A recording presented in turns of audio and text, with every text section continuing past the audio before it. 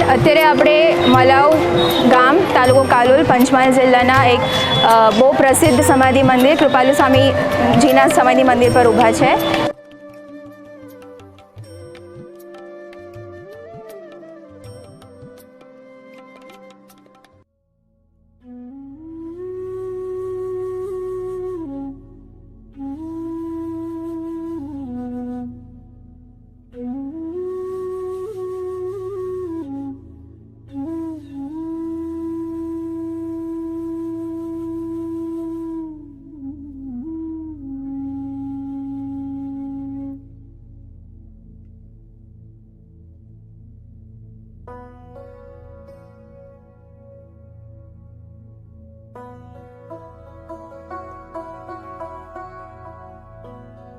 मेरा नाम बिपिन ब्रह्मभट्ट है। मैं 1960 से गुरुजी का शिष्य हूँ और इस नाते ये मेरा परम पिता है ऐसा समझ के मैं यहाँ आता जाता हूँ। मेरे से जो भी होता है वो सेवा करता हूँ और मैं ट्रस्टी भी हूँ यहाँ। अभी मैं बम्बई में गोरेगांव में रहता हूँ। सब ने गुरुजी के पास बैठे हैं, दर्शन किए हैं, बातें की है। बातें भी वो स्लेट में लिखते थे। आप उन भाग्यशाली लोगों में से एक हैं जिन्होंने गुरुजी के साथ जिनका आमना सामना हुआ है। हाँ, वो हमारा भाग्य है, वो तो बोल सकते हैं हम। ये स्थान जो है वो मलाव पंचमहाल डिस्ट्रिक्ट और गुजरात में है। ये स्थान योगाचार्य स्वामी कृपालवानंद जी की समाधि का स्थान है और योगाचार्य स्वामी कृपालवानंद जी ने 32 साल योग साधना की और 26 साल का उसका मौन था और एकांतवास में रह के ही योग साधना करते थे और पूर्ण योग वही उसका एक लक्ष्य था। इसीलिए जन संसर्ग बहुत कम करते थे, मगर हफ्ते में एक बार या महीने में एक बार अपने शिष्यों को और जो भक्तों थे वो सबको मिलते थे।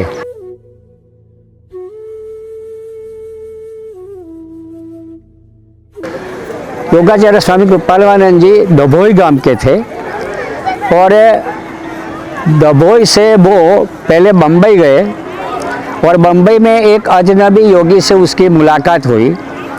उसके संसर्ग में वो 1.25 साल रहे और वो महायोगी ने उनको योग की दीक्षा दी और बाद में बोले कि जब भी तुम्हें साधु बनने का मन हो जाए तभी कोई गोभक्त गीता प्रचारक ऐसे कोई विद्वान साधु से आप वस्त्र दीक्षा ले लेना।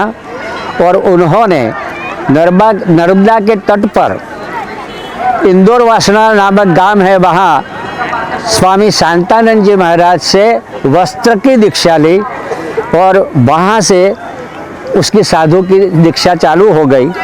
और बाद में वो मलाव आए तो मलाव में उनको ऐसा लगा कि यहाँ मैं आश्रम बनाऊँ और मलाव में उन्होंने आश्रम बनाया।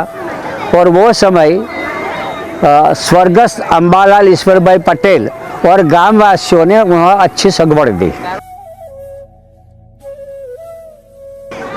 माता का नाम था मंगलाबा, पिता का नाम था जमनादास और वो ब्राह्मण थे और मजमूदार उसकी अटक थी। वो इकलौते संतान नहीं थे, मगर अभी आज कोई भी नहीं है उसके परिवार में से, क्योंकि सब गुजर गए। पैतृक गांव ने उसके स्मृति मंदिर बनाया है जहां वो रहते थे। स्वामी कृपालवानंद जी मलाव में आए, फिर मलाव में एक छोटी सी रूम बनाई और वहाँ से उन्होंने योग साधना की शुरुआत की। वो उसके पहले गीता प्रवचन करते थे और सबको गीता समझाते थे। और कितना सत्संगियों ने समझा कि गुरुदेव खाली हमें संस्कृत नहीं आता है तो गीता का ऐसा कुछ करो कि हमें समझ में आए कि आप हाजिर नहीं हो तो भी हम समझ पाए। तो गुरु जी ने गीता का वही अनुष्टुप छंद में समश्लोकी भाषांतर किया गीता में और वो अभी गीता का गुजराती में श्रेष्ठ अनुवाद बोला जाता है।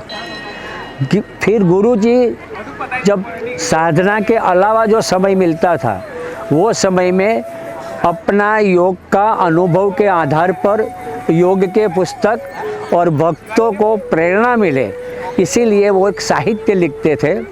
तो गुरुजी संगीताचार्य थे, साहित्यकार थे और योगी भी थे। फिर गुरुजी किसी के आमंत्रण पे कायावरोहण में गए और कायावरोहण में वो अलग अलग मंदिरों में लास्ट में दर्शन करने के लिए गए। तो अंत में भगवान लकुलिश का जब उन्होंने दर्शन किया तो लकुलिश का दर्शन के टाइम में उसको ऐसा लगा कि भगवान लकुलिश है वही उसके सदगुरु थे कि जो उन्हों को बम्बई में मिले थे।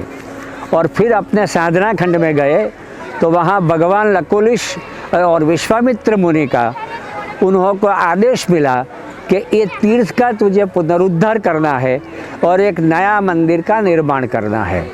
मगर वो समय उन्होंने शर्त रखी कि तेरा योग का अंतिम समाधि तक जाए उसके बाद एक कार्य चालू कर दा। और 1974 में वो मंदिर भी बन गया और उसका शिलान्यास उसका प्राण प्रतिष्ठा भी हो गया। बाद में गुरुजी फिर से कायावरोहण और मलाव दोनों जगह आने जाने लगे। गुरुजी बाद में अमेरिका गए और अमेरिका से वापस आए तब गुरुजी को ऐसा लगा कि शायद मेरा देश छूट भी जाए या नहीं भी छूटे। तो उन्होंने एक लिख के दिया कि अगर मेरा देश छूट जाए तो मलाव में अम्बालाल ईश्वर भाई पटेल के कोई भी क्षेत्र में मेरी समाधि दे देना और उसके ऊपर एक समाधि मंदिर की रचना करना। तो अम्बालाल काका वो टाइम जीवित नहीं थे, तो उन्हों के पुत्र इसमें बड़े जो थे वो किरीट भाई को बम्बई बुलाया और किरीट भाई को सब समझा दिया कि कैसे करने का है। और किरीट भाई जब मलाव आए उसके बाद उन्होंने तय करके रखा था कि ऐसा कुछ हुए तो कौन से खेत में क्या करने का। और जब उनका देश छूट गया तो मलाव में उसकी समाधि दे गई और किरीट भाई ने मंदिर का निर्माण शुरू किया। गुरुजी की एक शर्त थी कि कभी भी किसी के पास याचना मत करना। तो यहाँ हमने दान आता रहा मगर किसी के पास याचना नहीं की है।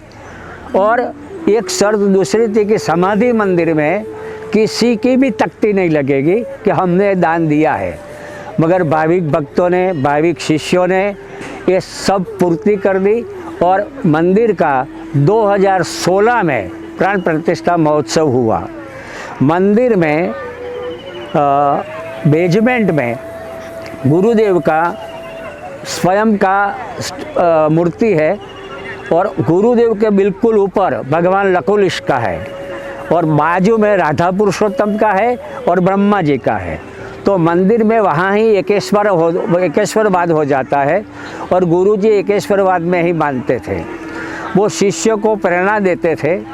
तो प्रेरणा में मेन था कि आसन करो, प्राणायाम करो, भजन करो और जप करो, तुम्हारे सब दुख सुख में परिवर्तन हो जाएंगे। उसके अलावा दूसरा कोई चमत्कार नहीं है। तो गुरुजी चमत्कार में नहीं मानते थे और वैज्ञानिक पद्धति से उन्होंने अपने सब पुस्तक लिखे हैं। उनका योग का जो ग्रंथ सब है वो आधारभूत ग्रंथ माना जाता है।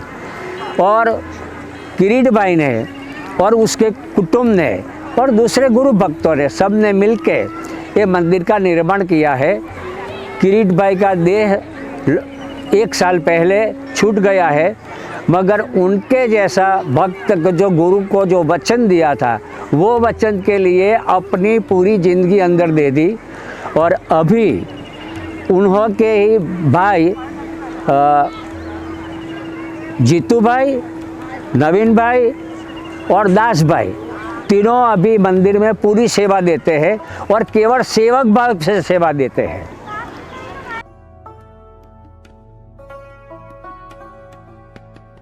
स्वामी जी ने किरीट भाई को बोला था कि मंदिर के साथ साथ गौशाला का निर्माण करना। तो यहाँ गौशाला है और अतिथिवास अच्छी तरह से बनाया हुआ है। और भोजनशाला है। यहाँ कोई भी भक्त रहे तो उसके लिए रहने का और खाने का कोई भी पैसा लिया नहीं जाता है, क्योंकि ये भी गुरुदेव की आज्ञा है कि किसी से पैसा मत लेना, स्वेच्छा से जो दे वो ठीक है। और उसके साथ साथ यहाँ स्कूल चालू किया है, इंग्लिश मीडियम स्कूल, वो संस्था चलाती है और कम से कम फी रखा जाता है कि जितनी ज़रूरत है। मंदिर का संचालन ट्रस्ट के माध्यम से ही होता है। इसमें ट्रस्टी भी है, गांव के भी है, बाहर के भी है और मेन किरीट भाई थे, क्योंकि बाहर का जो ट्रस्टी है वो तो अपनी सेवा सीमित कर सकता है, मगर गांव में जो रहते थे वो ट्रस्टियों की सीमा अविरत थी यहाँ, क्योंकि वो हर रोज़ आए जाए, क्या ज़रूरत है वो बोले तो किरीट भाई, नवीन भाई और दूसरे गांव के लोग ये सब ने मिलके ये किया है। तो गोवर्धन भाई पटेल करके थे, भगवत भाई त्रिवेदी थे, गजानन महाराज थे, ऐसे गुरुजी के शिष्य थे सर। हाँ, बॉम्बे रमन भाई पटेल करके, तो लास्ट में जो बम्बई में रहे थे उनके घर पे ही रहे थे। उसका सुपुत्र अभी तरुण भाई है, वो भी आते जाते हैं। जैसे मैंने आगे बताया कि किरीट भाई ने ये सब किया है और किरीट भाई का देह लास्ट ईयर छूट गया। उसके बाद अंबालाल काका के ही ये तीनों सुपुत्र यहाँ समर्पण भाव से ही सेवा कर रहे हैं। इसमें ये है जीतू भाई। जीतू भाई जो है वो स्कूल को अच्छी तरह के संचालन करते हैं। यहाँ जो भी कैंप होते हैं, मेडिकल कैंप होता है, योग का कैंप होता है, कि दूसरे धर्म वाले कोई है और उसको कैंप करना है, तो ये सब का अच्छी तरह से वहीवट वही करते हैं और सबको संभालते हैं। दूसरे जो है वो नवीन भाई है। नवीन भाई ओवरऑल सब यही देखते हैं और छोटी सी छोटी चीज़ उनका ध्यान में है। और वैसे ही ये है दिलीप भाई। दिलीप भाई भी पूरा समझ गार्डनिंग ये सब वही संभालते हैं। तो ये तीन अभी मेन स्तंभ है ये संस्था के। जय भगवान। અત્યારે આપણે મલાવ ગામ, તાલુકો કાલોલ, પંચમહાલ જિલ્લાના એક બહુ પ્રસિદ્ધ સમાધિ મંદિર કૃપાલુ સ્વામીજીના સમાધિ મંદિર પર ઊભા છે। અમે લગભગ આ મંદિરમાં છેલ્લા 15 વર્ષથી આવીએ છીએ। ઇનફેક્ટ મારું સ્કૂલિંગ જ અહીંયા થયું છે, તો મારા ટીચર્સ અને મારા ગુરુજી જ નાનપણથી આ રહ્યા છે અને અમે લાઈફ લોંગ આ જ ડિસિપ્લિન ફોલો કરી રહ્યા છે ફેમિલીમાં। જ્યારે વર્ષો પહેલાં જ્યારે આ સમાધિ મંદિર બની રહ્યું હતું ત્યારે ફક્ત કૃપાલુ સ્વામીજીની સમાધિ હતી અને ઉપર કન્સ્ટ્રક્શન થઈ રહ્યું હતું। વર્ષો જતાં ધીમે ધીમે ઉપર બધા ભગવાનની મૂર્તિ સ્થાપના કરવામાં આવી અને આ જે આસપાસ તમે ગાર્ડન ને સ્કૂલ તો જોઈ રહ્યા છો એ લગભગ 15 થી 17 વર્ષ જૂનું તો છે જ। અને અત્યારે પહેલાં અહીંયા સ્કૂલ ચાલી રહી હતી જે અત્યારે ઇંગ્લિશ મીડિયમ સ્કૂલ કૃપાલુ Vidya Mandir English medium school જે અત્યારે પાટુવાડા એક અલગ ઇન્ફ્રાસ્ટ્રક્ચર હાઈ ક્લાસ બનાવી દીધું છે અને ત્યાં શિફ્ટ કરી દીધું છે અને આ ગેસ્ટ હાઉસ તરીકે યુઝ થાય છે। અને આ જે આશ્રમ છે એને કૃપાલુ સમાધિ મંદિર કહેવાય છે। એટલે જ્યારે કૃપાલુ નંદજીનું જ્યારે આમ દેહાંત થયું ત્યારે એમની ઈચ્છા હતી કે એમની જે એ હોય ડેડ બોડી હોય એ અહીંયા જ એમ પ્રસ્થિત કરવામાં આવે આ જ જમીનમાં। એટલે એ હિસ્ટ્રી છે કે એમની અને એના ઉપર મંદિર બને એમ, એટલે એ રીઝનથી એમની મૂર્તિ અહીંયા એ કરવામાં આવી છે। એટલે એ રીઝનથી આ મંદિર અહીંયા બનાવવામાં આવ્યું છે। અને એમની જે મૃત્યુ સમય એમની જે લાસ્ટ વિશ હતી કૃપાલુ સ્વામીજીની એ એમના શિષ્ય અને અમારા ગુરુજી આશુતોષ મુનિજીએ પૂરી કરી। સાથે સાથે એમનું એવું પણ સપનું હતું કે ગામના છોકરાઓ આગળ વધે, એટલે એ જ ડ્રીમ સાથે એમને અહીંયા એક સ્કૂલ પણ શરૂ કરી હતી જે અત્યારે એક્સલન્ટ પરફોર્મન્સ આપી રહી છે। એવરી યર ગુરુ પૂર્ણિમા દિવસે અને શિવરાત્રિના દિવસે અહીંયા એક બહુ જ મોટો પ્રસંગ થાય છે। ગુરુજીની અને ભગવાનની અહીંયા પૂજા થાય છે।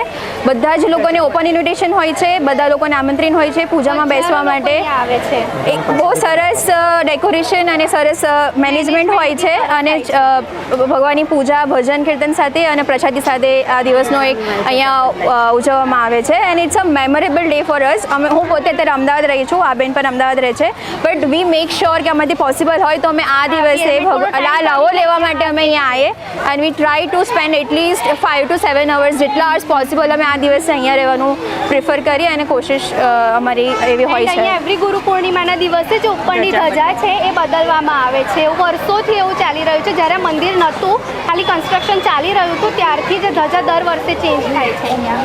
જ્યારે અમે નાના હતા તો અહીંના ટ્રસ્ટીઝ અને એના ટીચર્સ જે ફાઉન્ડિંગ મેમ્બર્સ છે એ લોકો અમને હંમેશા કહેતા કે બચ્ચાઓ આ તમારું એક સેકન્ડ હોમ છે, home away from your home. અને ભલે અમે લોકો એલ્યુમિનાઇઝ છે અને અમને અહીંયાથી ગયે ખાસો વર્ષો થઈ ગયા છે, but we still feel home at this place. અમે અત્યારે બી કોઈને મળીએ, અમે અહીંયા આવે તો અમને એવું લાગે જાણે અમારા એક બીજા ઘરમાં જ આવ્યા છે. અને એ લોકોએ એ જે ફિલિંગ હતી, એ જે બોન્ડ હતો, એ લોકોએ હજી બી મેન્ટેન કરી રાખ્યો છે. And we are grateful to them. ત્યારે કે આમ છોકરાઓ છે જ હજી બી છે, એવું લાગતું નથી કે અહીંયા કે અમે જતા રહ્યા છે કે આ અમારું પાસ્ટ હતું. અમે એવું લાગે છે કે આ અમારું પ્રેઝન્ટ જ છે. And we are always grateful to them and will always be there. Hello guys, so finally we are a verified member of a brilliant, appreciable organization, and my KV ID is KV25291. And my ID is KV25293.